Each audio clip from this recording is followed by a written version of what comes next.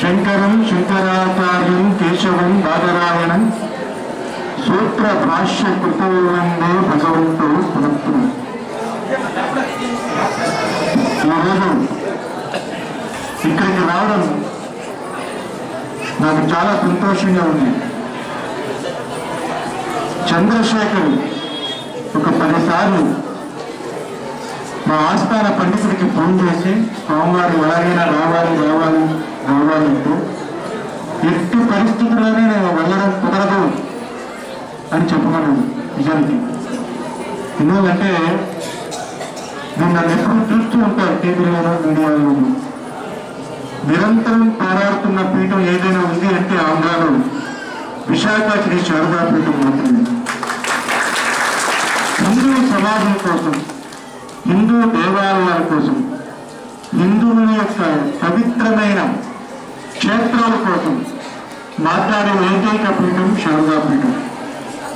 దాని గురించి నిరంతరం ప్రతి గ్రామాలు, పల్లెలు, పట్టణాలు, అన్ని ప్రాంతాలు తిరుగుతున్న తరుణంలో మా విశాఖ శారదా పీఠంలో కూడా 6వ తారీఖు నుంచి 10వ తారీఖు వరకు విశేషంగా వార్షికోత్సవాలు ఉన్నాయి. కాబట్టి ఎట్టి పరిస్థితుల్లోనే రాలేను అంటే చంద్రశేఖర్ మీరు రావాలి రావాలి అని చెబితే మొన్న రాత్రి టికెట్లు మా వారు ఆస్థాన పండితులు చేయించారు. ఈ కార్యక్రమానికి వచ్చాము. వచ్చిన తర్వాత తెలిసింది ఎవరో కాదు, మా ప్రకాశం. అయితే ఈ ప్రకాశం వీళ్ళందరూ కూడా నాకు ఎప్పుడూ సుపరిచితులు. హెచ్బి కాలనీ వాసవి కన్యకా పరమేశ్వరి అమ్మవారి దేవస్థానానికి కమిటీ వాళ్ళు అందరూ నా పాత వాళ్ళే. కొత్త కార్యక్రమం కాదు, పాత కార్యక్రమమే. ఇక్కడికి కూడా ఇదివరకు వచ్చిన స్థలమే. ఇక్కడున్న కమిటీ వాళ్ళు కూడా చాలా ఆదరంగా ఈ కార్యక్రమాన్ని చాలా పిలిచారు, వచ్చాము. ఇంతమంది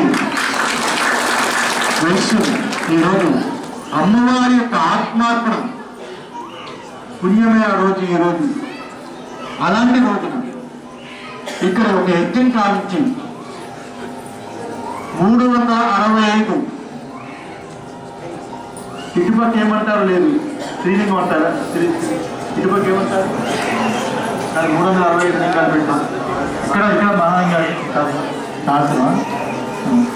ఇక్కడ ఇటుపక్క భాష వేరే కదా. సహస్రలింగార్చన గావించి శుద్ధ స్ఫటిక సంకాసం అన్నట్టుగా స్ఫటికలింగానికి కూడా అభిషేకం గావించి మా చంద్రశేఖరు, పండితులు, బ్రాహ్మణులు అందరూ కూడా చాలా చక్కగా ఈ కార్యక్రమాన్ని దిగ్విజయంగా నడిపించారు. నిజంగా ఈ స్థలంలో ఏదో ఒక మహిమ కాబట్టి ఈరోజు వాసవి అమ్మవారి యొక్క ఆత్మార్పణ రోజు ఇక్కడ యజ్ఞం జరుగుతుంది. ఇది చాలా ముఖ్యం. ఎందుకంటే వైశ్యులకు ఎనవేలకు ఎవరంటే వాసవి కన్యకా పరమేశ్వరి. ఇంకొక దేవి కాదు, ఇంకొక దేవి కాదు, ఇంకొక దేవి కాదు.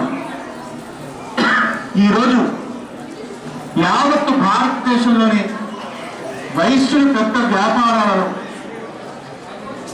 ఐశ్వర్యాలలో, నగ ఆభరణాలలో అన్నింటిలో తోతూగుతున్నారు అంటే ఇతర కులాల కంటే అది వాసవి కన్యకా పరమేశ్వరి యొక్క అనుగ్రహం.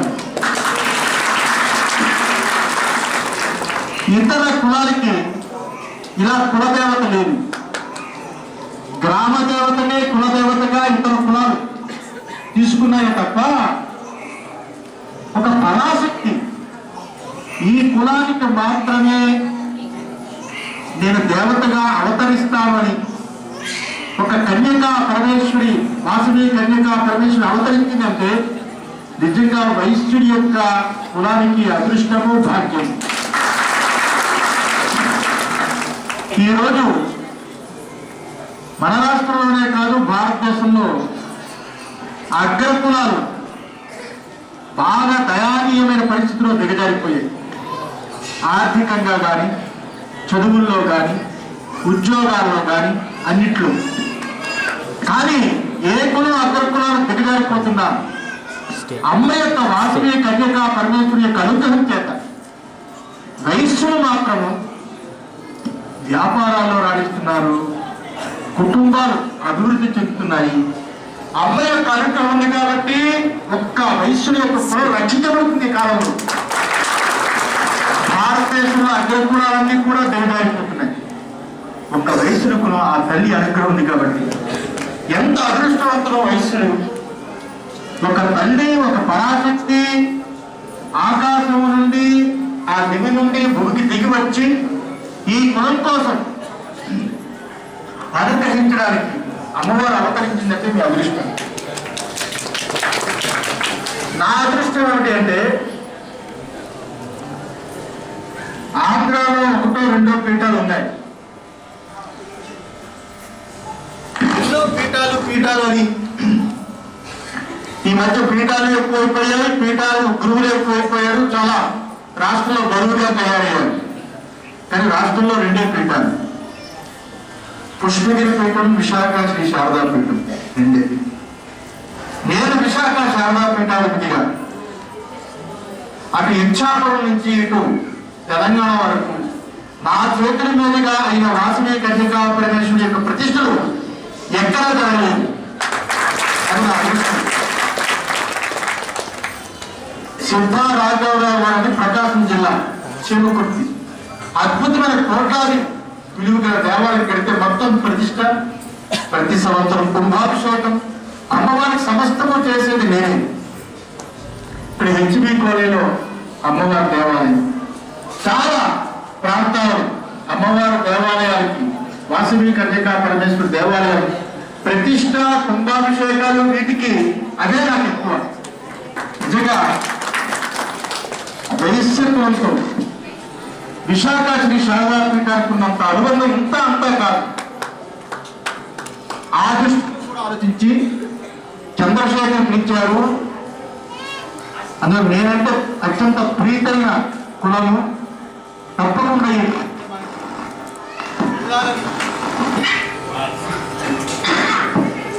వెళ్ళాలని ఉపయోగించేత ఈ కార్యక్రమానికి వచ్చి ఉన్నాము. ఈ ఆత్మార్పణ రోజు ఇక్కడ అడ్జస్ట్ చేయడం చాలా గొప్ప విశేషం. ఒక 2-3 ఏళ్ల క్రితం వాసవి కన్యకా పరమేశ్వరి గురించి ఒక ఆయన వివాదం కూడా తీసుకొచ్చాడు. మీ అందరికీ తెలుసు. వాసవి కన్యకా పరమేశ్వరి కళ్యాణం ఆ రోజుల్లో వైశ్య సమాజం అంతా కూడా చాలా గొడవ పెట్టింది. ఈ అమ్మవారు పేరే కన్యకా పరమేశ్వరి. అలాగే వాసవి కన్యకా పరమేశ్వరి కళ్యాణం ఏమిటి అది అక్కడ చెప్పినాన్ని చాలా గట్టిగా మందలించారు. అంబిక దేవాలయం ఏలూరు ఏదైతే ఉందో అది నా దేవాలయం. వైశ్యులు కట్టిన దేవాలయం చాలా నేనే మెయింటైన్ చేస్తున్నా. అంబికా దేవాలయం ఏలూరులో నాదే దేవాలయం. ఆ రోజులో అలా నిలబడి అమ్మవారు మన కోసం కన్యగా పరమేశ్వరుడిగా అవతరిస్తుంది. కానీ నగరేశ్వరుడికి అమ్మవారికి వేరే ఒక కథ ఉంది. కానీ అక్కడ వివాహ సంబంధం కాదు, కన్యకా పరమేశ్వరి అని ఒక వివాదం తీసుకొచ్చి ఆ వివాహం చేయడం కరెక్ట్ కాదని చెప్పి ఆ రోజు వైశ్య సమాజంతో కూడా ఎలుగెత్తి చాటింది. ఈరోజు ఇక్కడ ఆత్మార్పణం రోజు యజ్ఞం చేయడం నిజంగా చాలా గొప్ప విషయం. నేను తల్లి ఒక్కరితో వచ్చింది మీకోసం, మీ కులం కోసం. మీ స్త్రీలు ఎప్పుడు కూడా నగలు, నటలు, ఆభరణాలు సమస్తము వారితో ఆనందంగా ఉండాలి. పురుషుల వ్యాపారాలతో ఆనందంగా ఉండాలి.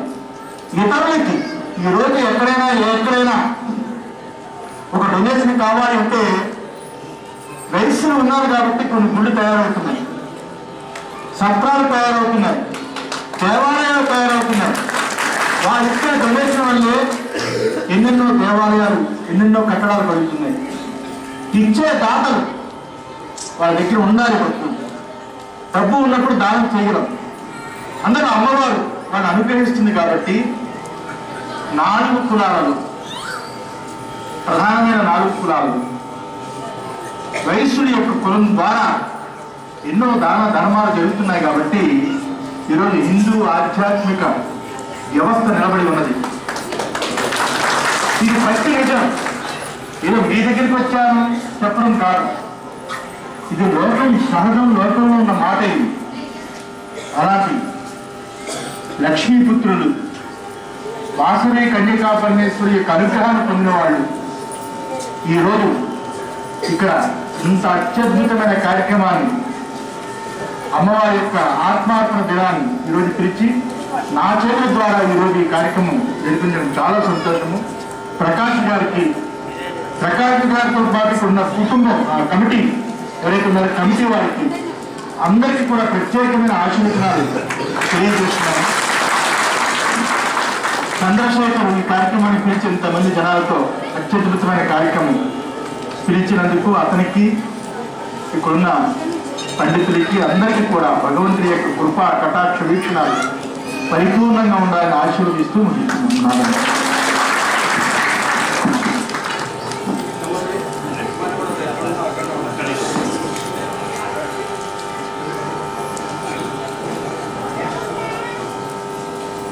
దయచేసి భక్తులు ఎక్కడి వారు అక్కడే కూర్చోవాలి. దర్శనార్థం 1 by 1 పిలుస్తాం, మీరు దర్శనం చేసుకుని వెళ్ళచ్చు. ఎవరు డిస్టర్బెన్స్ రాకుండా